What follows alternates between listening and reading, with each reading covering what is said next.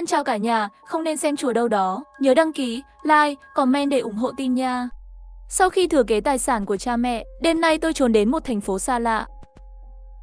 Tích trữ đủ số lượng lớn vật tư và biến ngôi nhà thành một lâu đài vững chắc. Bắt đầu cuộc sống mới. Mục đích ban đầu là không để những người có ý đồ xấu. Không ngờ lại bất ngờ bùng phát dịch bệnh xác sống.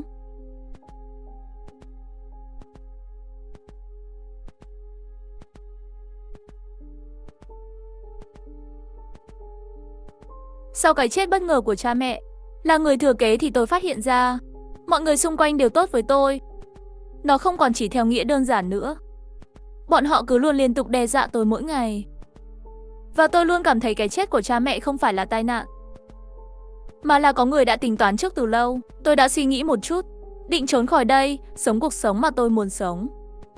Nói là làm, tôi sẽ bán tất cả tài sản của mình.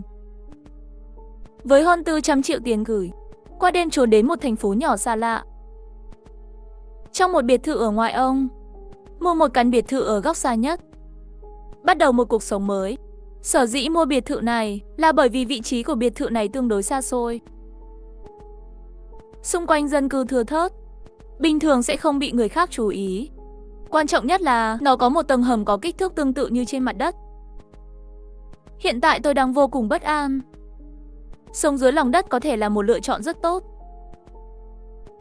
Ngay sau đó tôi vẫy tay, có một đội xây dựng, bắt đầu một cuộc cải tạo lớn ở biệt thự.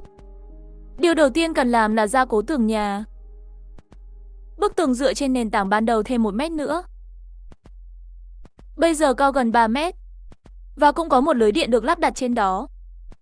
Đặt gai xuống dưới đất. Miễn là tôi không chết, đi ra ngoài và chạy xung quanh sẽ không sao đâu. Cửa chính và cửa sổ của ngôi nhà cũng phải được thay thế. Tôi đã mua cửa chống nổ và kính chống đạn tốt nhất. Tiền đã có sẵn, năng suất làm việc của những công nhân này nhanh hơn rất nhiều. Rất nhanh thì sẽ cài đặt xong. Tôi đặt mua tấm năng lượng mặt trời và máy lọc nước mưa. Đã mời mấy sư phụ chuyên nghiệp lắp đặt nó trên nóc biệt thự. Bằng cách này tôi hoàn toàn có thể tự mình cấp điện và giải quyết vấn đề nước uống cho cả nhà. Xem xét nếu trời mưa trong vài ngày liên tiếp, tôi cũng không có điện. Thế là tôi lại ở trong một nhà kho ở biệt thự, chuẩn bị rất nhiều than và rất nhiều củi. Trong trường hợp không có điện, con có thể dựa vào những ngọn lửa này để nấu ăn.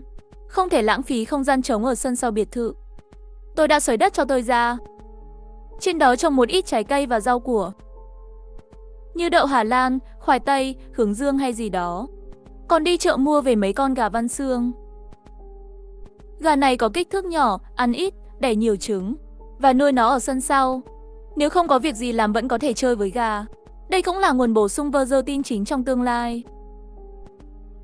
Nghĩ đến biệt thự tương đối xa xôi, để hiểu được những phát triển mới nhất của thành phố lần đầu tiên, tôi đã mua một vài camera gia đình, cài đặt trong các phòng khác nhau, bao gồm cả bên ngoài cổng chính của biệt thự. Miễn là không ngừng tắt điện, tắt lưới, tôi có thể ở trong phòng giám sát dưới lòng đất, nhìn rõ mọi thứ trong nhà và ngoài nhà.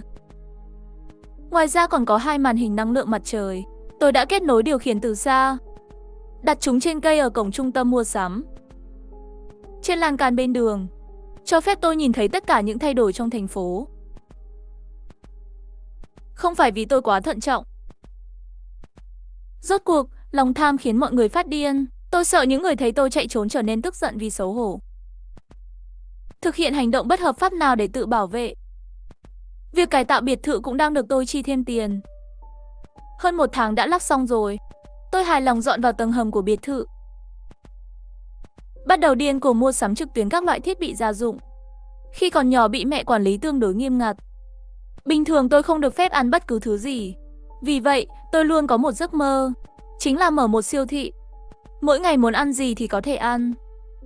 Vì bây giờ có nhiều tiền hơn nên không thể tiêu hết. Hay là lấy biệt thự này, biến thành siêu thị riêng của tôi. Nhìn biệt thự trống trải, tôi sẽ thực hiện ước mơ thời thơ ấu của mình, biến nơi này thành siêu thị riêng của tôi. Nói là làm, tôi đến chợ vật liệu xây dựng, thu mua số lượng lớn kệ siêu thị. Sau đó giống như siêu thị thông thường, đặt đầy toàn bộ căn phòng bằng những chiếc kệ. Sau đó tôi bắt đầu lên kế hoạch dự trữ đồ. Đầu tiên tôi đặt hàng giấy vệ sinh trên mạng. miếng dán làm mát ấm cho bé và những vật dụng cần thiết hàng ngày. Đơn vị cơ bản bắt đầu với 100 hộp mỗi mặt hàng. Đối với thức ăn bản thân, nhà tôi làm trong ngành công nghiệp thực phẩm. Tôi cũng quen với bán xỉ thực phẩm. Nồi lẩu tự sôi, cơm tự sôi, bánh quy nén, xúc xích. Các loại mì ăn liền có hương vị khác nhau, thịt đóng hộp. Loại thực phẩm này có thể bảo quản lâu dài. Tôi chọn đặt hàng trực tiếp trên mạng mỗi mẫu 100 hộp. Sau đó tôi lại đến siêu thị với một danh sách mua sắm. Tôi không vội chạy về phía kệ hàng, mà là tìm nhân viên quản lý siêu thị. Trực tiếp đưa cho anh ta danh sách mua hàng để dự trữ hàng. Tổng cộng cần 100 túi gạo, gạo nếp 100 túi, bột trắng 100 túi. Dầu pha trộn 50 thùng, muối 100 túi, bột ngọt 100 túi, tinh bột 100 túi. Nước tương, dầu hào, nước tương nhạt, nước tương đen và giấm cũ mỗi loại 100 chai. Anh ấy lấy danh sách đã đọc xong ra. Sau đó nhìn vào trang thứ hai. Các loại trái cây mỗi loại 100 quả. Nhưng xem xét nhiều trái cây như vậy không dễ bảo quản. Mỗi loại mua tối đa 50 quả. Như bí ngô, cà rốt, dưa hấu, đậu, loại rau tương đối tốt để bảo quản, càng nhiều càng tốt. Ngoài ra tôi còn đặt mua 500 cân thịt tươi. Thịt xông khói xúc xích mỗi loại 1.000 cân. Người quản lý hỏi tôi, sau khi xem xong, anh đến siêu thị mua hàng làm gì? Để không gây rắc rối không cần thiết. Tôi nói với anh ấy rằng tôi làm việc cho một tổ chức từ thiện. Thêm vào đó, tôi lại là người lạ. Gợi ý rằng anh ta có thể được giảm giá ở đây. Hy vọng sau này sẽ chăm sóc, công việc kinh doanh cho nhau nhiều hơn. Dù thế nào đi chăng nữa, tôi cũng mỉm cười và nói rất dễ dàng thôi. Sau đó hắn cũng không hỏi thêm gì nữa. Cười nhanh chóng sắp xếp nhân viên bắt đầu dự trữ hàng. Chìa khóa trong vật tư khó mua nhất. Tôi đặt hàng theo từng đợt từ các hiệu thuốc lớn trên mạng. Chất khử trùng, nước khử trùng, rượu yết, gạc và các vật dụng khác được mua trong hộp bí mật. Chỉ khi đó mới thu thập được số thuốc mình cần. Ngoài ra tôi cũng dự trữ một lượng viên nén vitamin và canxi không giới hạn. Xem xét biệt thự gần rừng núi có nhiều muỗi hơn. Tôi mua thêm rất nhiều hương muối, nước hoa và thuốc mỡ chống viêm và chống ngứa. Bước tiếp theo là đi canh để che mắt dư luận. Chuyển đồ dùng về nhà. May mắn thay, nơi tôi sống tương đối xa, xung quanh dân cư thưa thớt. Vận chuyển hàng hóa cũng sẽ không bị người khác chú ý. Sau đó tôi mời thêm vài công nhân nữa phân loại vật tư. Tầng 1 là khu vực dầu lạnh và đồ uống. Tầng 2 là khu vực rau tươi. Tầng 3 là khu vực ăn vặt trái cây cộng với khu vực sản phẩm sinh hoạt. Nhìn ngôi nhà đã đầy đủ. Lần đầu tiên tôi có cảm giác an toàn. Nhưng nghĩ về những người đã thấy tôi chạy trốn sẽ trở nên tức giận vì xấu hổ. Làm hành sáu bất hợp pháp gì? Tôi còn phải đi chuẩn bị thêm một ít vũ khí nữa, trong trường hợp cần thiết. Tôi thức dậy đúng 5 giờ sáng sớm đã ra khỏi cửa. Bởi vì tôi đã chạy trốn được 3 ngày rồi, tôi phải nắm bắt từng phút từng giây tiếp theo. 2 ngày trước, tôi đã thay đổi tất cả cửa ra vào và cửa sổ trong nhà rồi. Bức tường cũng đã được nâng lên và dày thêm 3 mét. Và lắp đặt lưới điện trên đó. Không gian trống ở sân sau cũng đã được nới lỏng. Nhiều loại rau và trái cây được trồng trên đó. Và tôi đã tích trữ thực phẩm trong nhiều năm. Nhưng như thế vẫn chưa đủ. Mặc dù tôi đã thêm máy thu nước mưa, nhưng xem xét, nước mưa thu được có rất nhiều sáo khuẩn, không thể sử dụng trực tiếp. Tôi vẫn còn cần một máy lọc nước. Để được ở bên an toàn, tôi còn phải dự trữ thêm một ít nước tinh khiết nữa trong trường hợp cần thiết. Ngoài ra tôi còn phải đi mua thêm mấy cái tủ lạnh nữa. Ngăn ngừa hư hỏng thực phẩm, tôi đã ghi lại tất cả những gì tôi nghĩ ra trên giấy. Sau đó tôi lại đến nhà kho, sơ lược thống kê một chút vật tư trong nhà. Mì gạo, ngũ cốc và dầu đủ rồi. Đối với rau và trái cây, bởi vì không thể lưu trữ trong thời gian dài, tôi không tích trữ nhiều. Nhưng cộng với trồng ở sân sau, tôi không thể ăn hết một mình. Nếu dùng thuốc, chỉ cần không bị bệnh nặng cũng miễn cưỡng đủ dùng. Bây giờ thứ thiếu nhất là đồ dùng sinh hoạt và quần áo có thể dùng để thay. Nghĩ đến đây, tôi lập tức lái xe thẳng đến siêu thị. Để giỏ hàng bắt đầu quét nguồn cung cấp. Giấy cuộn mua 30 hộp, khăn giấy 30 hộp, dầu gội đầu, sữa tắm, bột giặt, nước giặt tất cả 20 thùng. Sữa rửa mặt, dưỡng môi mỗi loại 10 hộp. Bàn chải đánh răng, nước súc miệng mỗi loại 15 hộp. Chỉ nha khoa, tắm mỗi loại 2 hộp. bình nước nóng 15 hộp và ủ ấm cho bé 15 hộp. Nghĩ đến sắp đổi mùa rồi, tôi lại đến cửa hàng quần áo và bắt đầu mua sắm điên cuồng. Tôi trực tiếp mua quần lót 100 cái, cáo lông vũ 50 cái. Quần áo giữ nhiệt, quần giữ nhiệt mỗi loại 50 cái. Quần len mỗi loại 30 cái. Cũng đã mua 50 bộ chăn ga gối đệm. Đã phải mất cả buổi sáng để mua đồ. Và bữa trưa chỉ là một bữa ăn bình thường. Bắt đầu mua vật tư từng cái một chuyển vào nhà.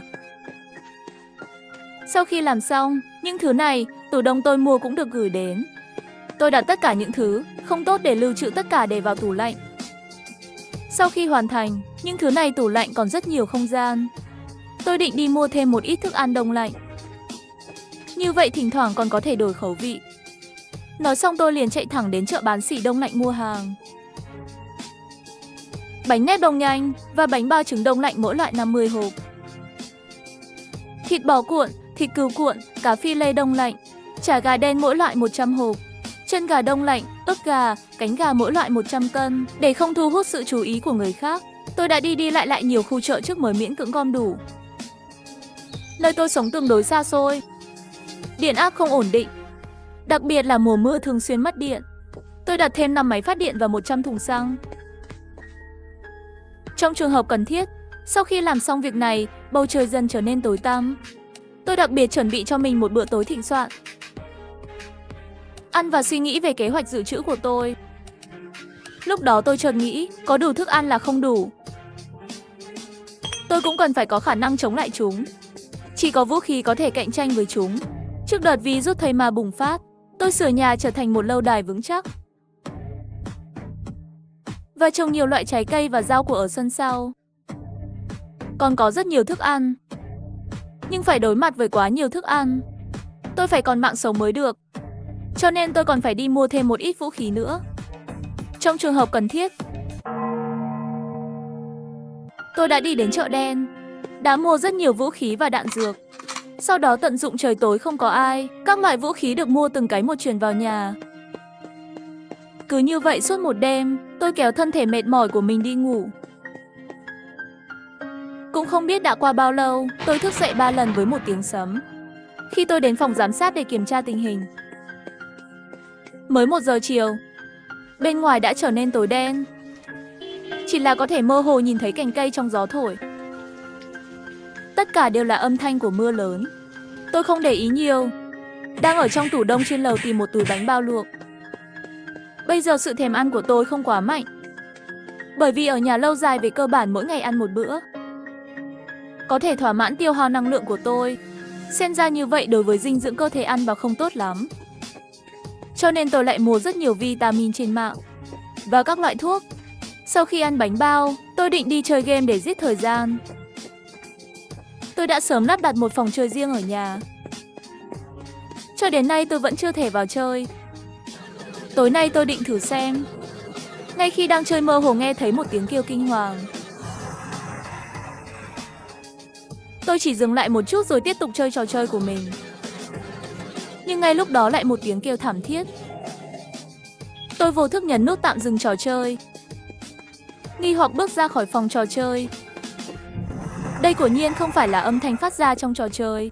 Tôi bước nhanh đến phòng giám sát để kiểm tra. Bên ngoài vẫn là sấm chớp, trời mưa tầm tã. Tôi chỉ nhìn một cái thôi nhưng ngay khi tôi rời đi, một khuôn mặt xanh và xám với những chiếc răng nanh đột nhiên xuất hiện trong màn hình. Sợ hãi tôi lùi lại một bước và ngã xuống đất. Cái quái gì đây? Có phải là thây ma thật không? Tôi nhanh chóng mở điện thoại ra tìm kiếm trên Weibo thực sự bùng nổ. Còn nóng hơn cả việc xả rác và nước thải trong thời thơ ấu. Ngày tận thế đang đến gần. Trong video, những con thây ma đều dính đầy máu. Thây ma bị cứng chân tay, chúng điên cuồng đuổi theo người ta. Tốc độ đáng kinh ngạc, giống y như trong những bộ phim zombie. Sợ đến nỗi tay tôi run lên và điện thoại rơi xuống đất. Tôi lo lắng nhìn chằm chằm vào camera giám sát. Không lâu, một tia sét đánh qua. Một khuôn mặt kinh khủng lại xuất hiện trong camera. Hắn vùng vẫy và gầm lên, đập mạnh vào cửa nhà của tôi. Cũng may sau khi thử nhiều lần phát hiện không đụng được. Thân thể cứng ngắc bỏ đi dây treo trên, trái tim căng thẳng của tôi lúc này mới buông ra. Khập khiễng ngồi trên mặt đất.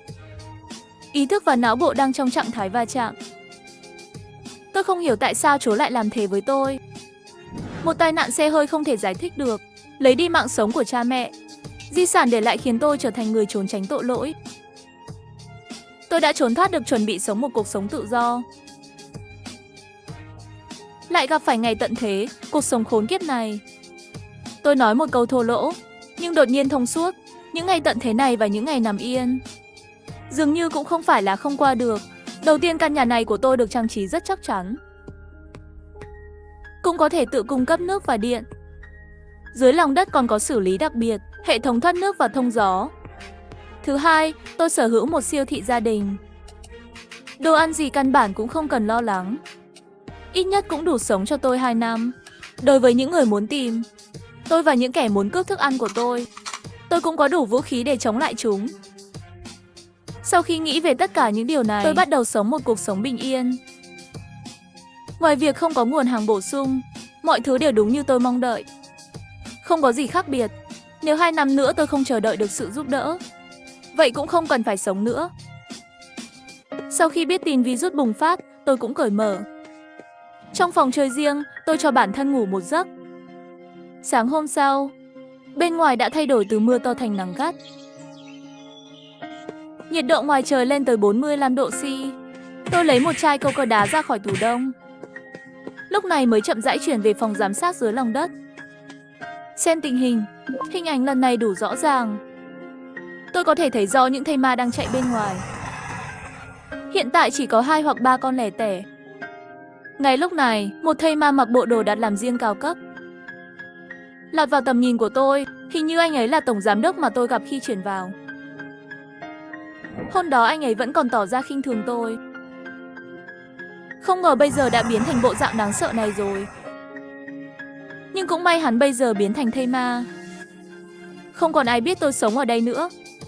Thêm vào đó, tôi sống ở một nơi tương đối xa xôi. Hiện tại, tôi vẫn còn tương đối an toàn.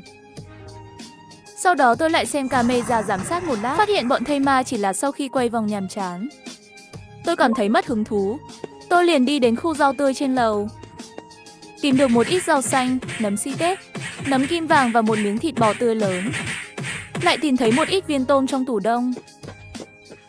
Sau đó lại lấy ra nồi đá chức năng, tự nấu cho mình một nồi lẩu. Kế hoạch vừa theo đuổi kịch vừa thưởng thức đồ ăn ngon. Khi tôi vừa mở tivi thì thấy vào khoảng 7 giờ sáng một số khu vực ven biển. Ngoài ra còn có một số thành phố khác lẻ tẻ. Tất cả đều là tin tức về virus bệnh dại. Màn hình đã chuyển. Đây được cho là một ngày bình thường. Một đôi tình nhân đang tay trong tay đi dạo phố. Phía trước một thanh niên đi chậm rãi đột nhiên ngã xuống đất. Sau đó anh ta bắt đầu co giật. Đột nhiên, chàng trai trẻ bước ra như một mũi tên, đập người qua đường, bên cạnh xuống đất và bắt đầu điên cuồng cắn lên. Những người xung quanh la hét và lùi lại. Một số người dũng cảm lấy điện thoại di động ra ghi hình. Kết quả là anh ta lại bị nam thanh niên ném xuống đất, không chờ đợi những người xung quanh chạy trốn. Người đầu tiên bị cắn cũng đã đứng dậy vồ lấy những người xung quanh.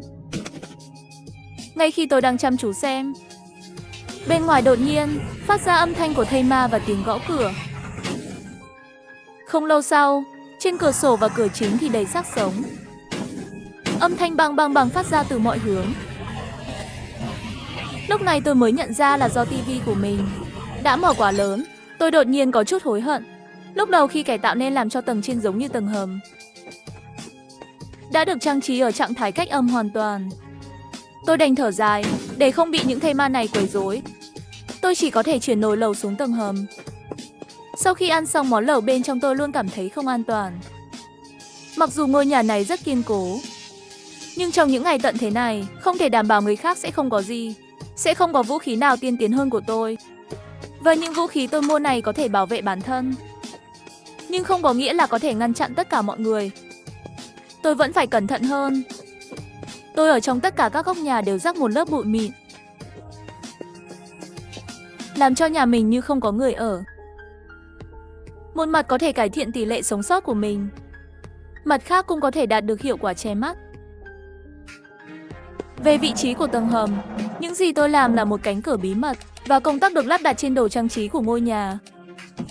Rất kín đáo, tôi vẫn có thể khóa cửa sau khi vào tầng hầm. Cho dù tìm được công tắc cũng không mở được. Miễn là không bị người khác phát hiện, thêm vào đó, có rất nhiều thức ăn. Sống trong ngôi nhà này vẫn rất an toàn. Trong thời gian tới, chỉ là muốn đem những thứ trên lầu từng cái một chuyển xuống tầng hầm. Đầu tiên, tôi sẽ đặt siêu thị trên lầu, chuyển xuống tầng hầm nguyên vẹn. Để không gây ồn ào, tôi chỉ có thể vận chuyển một vài lần một ngày. Mãi đến ngày thứ 20 mới chuyển hết. Còn những thứ khác trong nhà, tôi không cần phải động đậy. Bởi vì tôi đã sống trong tầng hầm. Thêm vào đó khi cải tạo, tôi đã đặt những thứ cần mua ở tầng hầm rồi. Sau đó tôi đem mấy con gà tôi nuôi cũng chuyển vào tầng hầm. Chúng là nguồn chính bổ sung protein của tôi trong tương lai. Xem xét tầng hầm không có nhà nuôi gà chuyên dụng. Tôi chỉ có thể dùng một phòng tiện ích để nuôi gà. Nhưng mỗi ngày dọn dẹp căn phòng này lại trở thành chuyện đau đầu nhất của tôi. Mùi hương quá khủng bố. Tôi thường tự hỏi tại sao mình lại nuôi gà. Cho đến khi tôi tìm thấy trong chuồng gà một của trứng. Tôi rất biết ơn quyết định của mình thật khôn ngoan. Đã có nguồn protein bổ sung. Điều tiếp theo tôi nên nghĩ đến là vấn đề thiếu lương thực. Mặc dù tôi có rất nhiều thức ăn trong nhà, nhưng những thực phẩm này một ngày nào đó sẽ thối rữa và ăn hết. Tôi thừa dịp còn có internet, ngay lập tức chỉ cần lên mạng để tìm hiểu cách trồng rau của trong môi trường tối. Vấn đề đầu tiên phải đối mặt hiện nay không có đất. Điều đó có nghĩa là nếu tôi thực sự muốn trồng nó trong tầng hầm, tôi phải mạo hiểm ra ngoài. Thứ hai là tầng hầm không có ánh sáng. May mắn thay, tôi đã badu một chút. Trên mạng nói có thể dùng đèn thay thế. Nhưng theo những bộ phim về thây ma mà tôi đã xem, và nhiều ngày quan sát xác chết phát hiện, chúng rất nhạy cảm với âm thanh và mùi máu. Chỉ cần ta vừa ra cửa nhất định sẽ bị bọn họ phát hiện. Chỉ riêng thân thể nhỏ bé của tôi cũng không đủ để chúng ăn một bữa. Làm sao đây? Tôi đang nghĩ về nó. Làm thế nào để đi ra ngoài khi thu thập bùn? Tình hình bên ngoài đã trở nên tồi tệ hơn rồi. Ngày càng có nhiều thây ma xuất hiện ở khu vực cũ. Thời tiết cũng trở nên bất thường. Nhiệt độ ban ngày lên tới 50 độ C. Vào ban đêm, nó ở khoảng 0 độ C. Hơn nữa còn liên tục xuất hiện mất điện, mất nước. Điều đó có nghĩa là hầu hết những người sống sót không thể bật điều hòa. Sau đó sẽ phải chịu cảnh sống trong đói và lạnh. Mặc dù tôi có rất nhiều điện nhưng tôi cũng không dám mở điều hòa. Bởi vì máy điều hòa, không khí bên ngoài đều được lắp đặt ngoài trời. Một khi mở, tiếng gầm lớn sẽ thu hút xác sống. Phá hủy không nói, điều đáng sợ nhất là sẽ thu hút một số người có động cơ thầm kín. Ngày tận thế của con người không phải là ngày tận thế của tất cả mọi người. Đối với những người ngoài vòng pháp luật, ngày tận thế trở thành lễ hội của họ. Nhưng may mắn thay, tôi đã ở dưới tầng hầm trong một thời gian dài. Nói một cách tương đối, nhiệt độ sẽ thấp hơn một chút. Tầng 3 dưới lòng đất sâu hơn 10 mét dưới lòng đất. Nhiệt độ trong nhà cũng có 10 mấy độ. Ban ngày vẫn dễ chịu hơn. Buổi tối có chăn điện cũng không khó chịu. Hiện tại, mối quan hệ mới nhất của tôi là vấn đề thức ăn. Nếu không lấy được đất để trồng rau của thì hiện tại những loại rau của này một ngày nào đó sẽ ăn hết. Đến lúc đó tôi phải làm gì? Xem ra con đường cũng không phải thuận buồm xuôi gió. Ngày thứ 32 của dịch bệnh. Ban đầu tôi muốn xem lại tin tức sáng nay. Kết quả vừa mới mở TV thì phát hiện đã bị ngắt kết nối rồi. Nhưng cũng là kiên trì rất lâu. Bây giờ tôi chỉ có thể ở trong phòng trò chơi, một mình chơi trò chơi, giết thời gian rảnh rỗi bởi vì khu phố tôi sống ở vị trí tương đối xa xôi. Thêm vào đó, công suất thuê rất thấp, mỗi ngày ngoại trừ những thây ma lang thang bên ngoài, cũng không có gì đặc biệt. Cho nên tôi không cố ý đi kiểm tra giám sát, mà vẫn sống cuộc sống nhỏ bé của tôi một cách an toàn. Tuy nhiên, mối nguy hiểm thực sự đang đến gần. Hôm nay là ngày thứ 40 của đợt bùng phát thây ma. Tôi vẫn chưa mạo hiểm ra ngoài, mà vẫn chọn cách không xuất hiện. Sau khi ăn một bát cơm tự làm xôi, chuẩn bị ngủ trưa thôi, trong mơ hồ đã bị một tiếng nổ lớn đánh thức, làm tôi giật mình. Tôi cảm thấy có chuyện gì đó không ổn, vội vã đến phòng giám sát để kiểm tra tình hình. Thông qua giám sát, tôi thấy cửa lúc này có 4 người đàn ông mặc đồ giản dị. Bà nội nhà nó cửa này thật sự đủ mạnh. Sau khi một trong những người đàn ông nói một câu thô lỗ, chỉ thấy lấy một cái từ chiếc xe Jeep phía sau. Một cái gì đó giống như túi thuốc nổ đặt ở cổng. Sau đó họ đứng xa hơn một chút, nhấn điều khiển từ xa trong tay. Một tiếng nổ lớn bên tai nổ tung. Tim tôi đập thình thịch. Có linh cảm xấu, chỉ thấy người đàn ông cao nhất trong số họ. Vui vẻ nói với mấy người khác cuối cùng cũng bị hỏng rồi. Các anh em cùng tôi xông vào xem nhé. Sau khi họ bước vào và nhìn thấy trang trí lộng lẫy, một người vui mừng hơn một người, một trong những tên béo vội vàng ngồi xuống chiếc ghế sofa giá trị giá hàng chục nghìn của tôi, cười tủm tỉm nói, không ngờ lão tử lại một ngày có thể sống trong một căn nhà như thế này. Lúc này trong lòng tôi hoảng sợ không yên, nếu họ phát hiện ra lối vào tầng hầm, vậy thì tôi sẽ gặp nguy hiểm. Tôi đang ở dưới tầng hầm, theo dõi mọi hành động của họ theo mọi hướng. Từ cuộc trò chuyện của họ, tôi biết họ đang ở trong thời kỳ khó khăn. 4 anh em cùng nhau tìm kiếm vật tư. Để tiện gọi hơn tôi đặt tên chúng là anh, B, C, D. Người đàn ông cao nhất là lão đại của chúng. Trông hung dữ, với vết sẹo trên mặt là lão nhị. Lão tam chính là gã béo nằm trên ghế sofa. Lão tứ là một người hiền lành. Người đàn ông đeo kính. 4 người này xem ra là một số phần tử bất hợp pháp. Vấn đề là họ có nhiều vũ khí, trong lòng tôi hoảng sợ không yên. Phản ứng đầu tiên là đã đi khóa cửa tầng hầm lại rồi. Sau đó là từ bỏ thời gian chơi game mỗi ngày của tôi, ngồi trong phòng giám sát với một đống đồ ăn nhẹ, theo dõi mọi hành động của họ. Chỉ thấy họ chuyển từ xe rất nhiều vật tư xuống và rất nhiều nước uống. Hình như là muốn đem căn nhà này của tôi làm thành trì của họ, thông qua cái miệng béo nói nhảm nhiều nhất mà biết được. Bây giờ những thây ma bên ngoài đã bùng phát trên quy mô lớn. Nhiều đường phố không thấy một người sống. Khắp nơi đều là những thây ma lang thang. 4 người bọn họ bởi vì thân thể cường tráng, ngoài ra còn có rất nhiều vũ khí, cho nên tìm được rất nhiều vật tư. Nhưng trong những ngày cuối cùng, dựa vào sức mạnh của mấy người bọn họ là không đủ. Nhiều người sống sót trong thành phố, tất cả đều là những đội như bọn chúng, chống lại nhau, cướp tài nguyên. Đinh lão tứ trong bọn họ vốn là một nhà nghiên cứu hóa sinh. Hắn đã phát triển một lượng lớn thuốc nổ. Với sức mạnh hiện tại của chúng, trong đội hình của thành phố này đã là đỉnh rồi.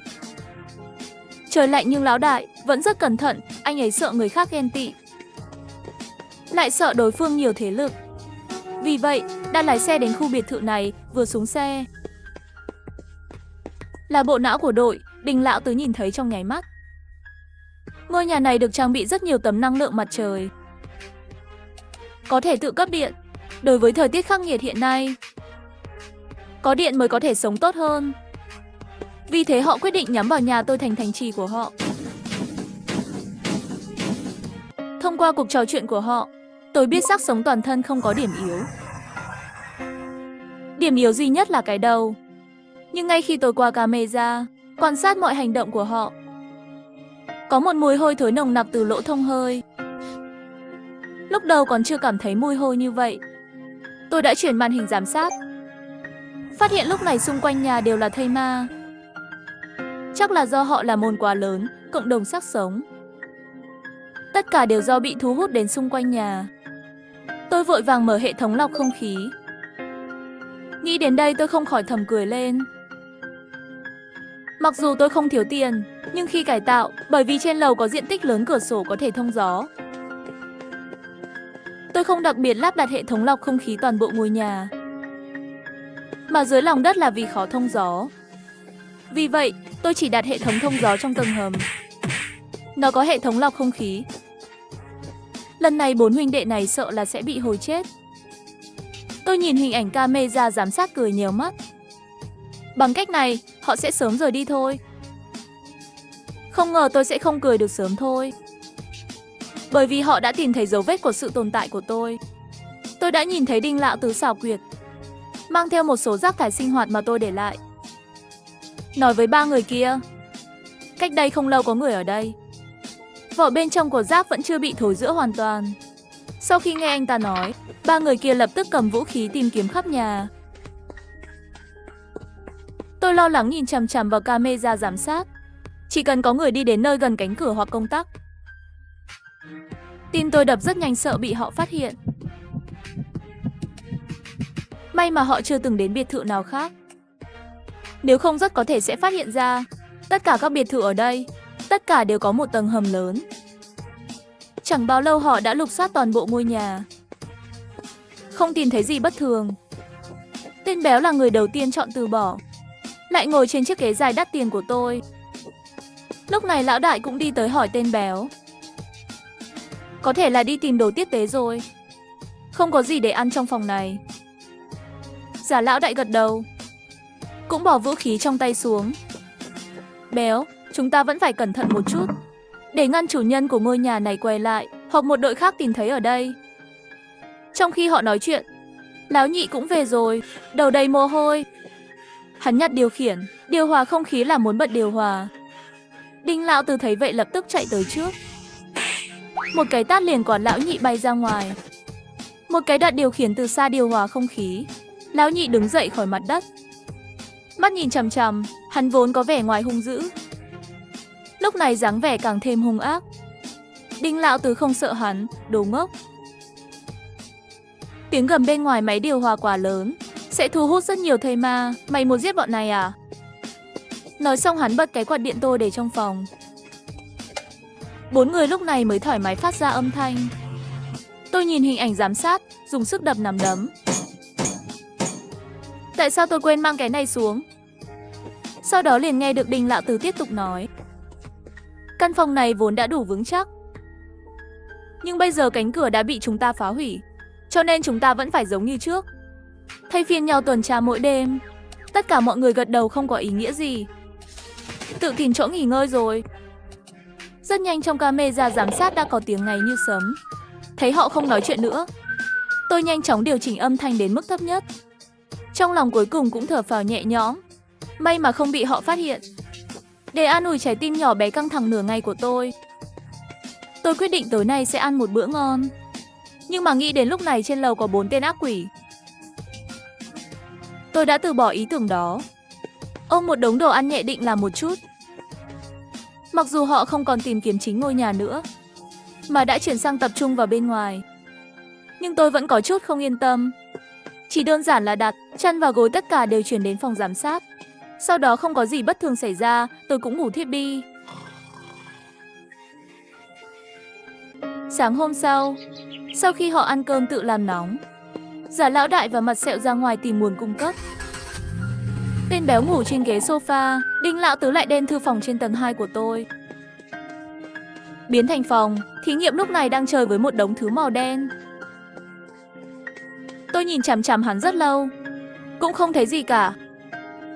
Nhưng đoán chắc là những gì họ nói trước đó. Những thứ như thuốc nổ. Cứ như vậy bình an vô sự qua vài ngày. Trong thời gian này, tôi phát hiện Đinh Lão Tứ không bao giờ phải ra ngoài tìm kiếm nguồn cung cấp. Mỗi ngày là 3 người khác, thay phiên nhau ra ngoài tìm kiếm vật tư, và anh ta chỉ ở trong phòng thí nghiệm ở lại là cả ngày. Cũng không biết mỗi ngày đều đang nghiên cứu cái gì. Tôi sợ anh ta làm nổ tung nhà tôi. Hôm nay đến lượt tên béo và Mặt Sẹo ra ngoài tìm kiếm vật tư. Giả Lão Đại đang nghiên cứu ở cửa, xem có thể ra cố cửa không. Đinh Lão Tứ vẫn ở trong phòng thí nghiệm. Tôi nghĩ đây là một ngày bình thường. Tôi định đứng dậy và đến phòng trò chơi để chơi một chút. Vừa ra khỏi phòng giám sát, đột nhiên nghe thấy trong camera giám sát có tiếng tên béo. Đại ca nhanh ra đi. Giả Lão Đại chạy ra ngoài sau khi nghe thấy tiếng động. Ra khỏi cổng, tôi thấy tên béo đang nâng vết sẹo dính đầy máu. Ra khỏi xe hít mùi máu nồng nặc. Rất nhanh đã thu hút rất nhiều người chết. Giả Lão Đại nhanh chóng rút vũ khí ra để chống cự. Nhanh chóng, trước sân đầy xác chết. Trong phòng lại có mùi khó chịu.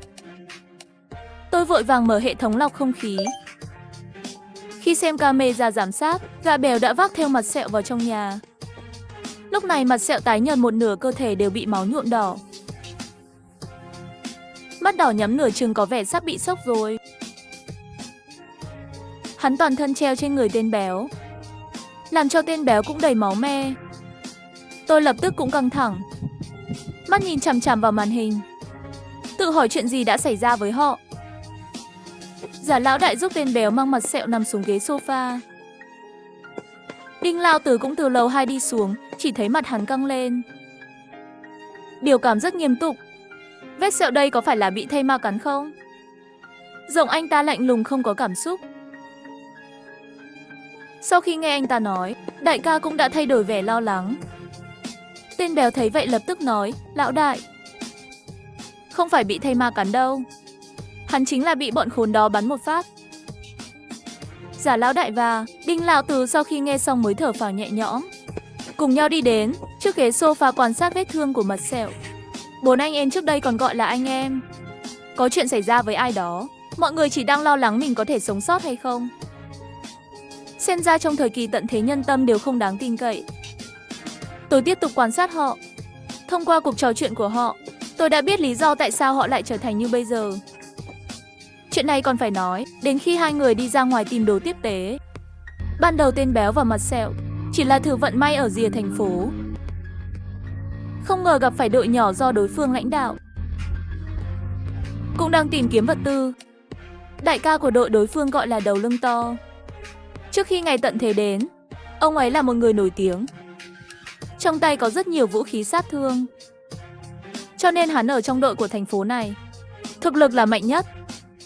Hai bên vừa gặp nhau, Đầu Lưng To không nói hai lời chúng liền bắn một phát. Mặt sẹo và tên béo vội chạy về, nhưng làm sao mà đội đối phương có số lượng lớn, không mất nhiều thời gian họ đã bị bao vây. Nếu không phải lúc đầu họ đã tiếp xúc với Đầu Lưng To, có lẽ sẽ bị ném thẳng vào đám thây ma. Đại ca, Đầu Lưng To nói, chúng tôi hãy giao lại thứ đất đó ra, nếu không hắn sẽ dẫn người tiêu diệt chúng ta. Tên béo cúi đầu nói chuyện, giọng nói thì thầm. Tôi chỉnh âm lượng đến mức tối đa mới nghe anh ta nói gì. Tôi tò mò mở to mắt, chẳng lẽ thứ họ nói là thuốc nổ? Giả lão đại sau khi nghe câu trả lời của tên béo, sắc mặt đột nhiên thay đổi. Đinh Lão Tứ thật là rất bình tĩnh, dường như anh ấy đã đoán trước mọi thứ từ sáng sớm, đứng một bên cũng không biết đang nghĩ gì. Lúc này, giọng nói của giả lão đại lại vang lên, cậu có đồng ý với hắn ta không? Giọng nói lạnh lùng, không có cảm xúc. Tên béo sau khi nghe xong càng thêm mất mát, cúi đầu xuống như một đứa trẻ, nửa ngày mới nhẹ nhàng gật đầu. Đinh Lão Tứ nhìn thấy tên béo thừa nhận, đứng một bên với nụ cười kỳ lạ trên khuôn mặt. Tên béo tiếp tục nói, đại ca, tình huống lúc đó tôi không hứa với họ. Không phải họ chỉ bắn vào tay của nhị ca, đơn giản vậy thôi. Nhị ca và tôi rất có thể không về được. Giả lão đại cũng không coi trọng tình cảm và sự công bình như trước đây, cả người đều trở nên lạnh như băng. Nếu các người đã đồng ý, chắc không phải là con bê trở về phải không? Giọng hắn vừa dứt, tôi thấy trong camera giám sát ở cổng lại lái vào một chiếc xe Jeep. Trên xe đi xuống 3 người, trong đó có Đầu Lưng To, người đứng đầu hàng.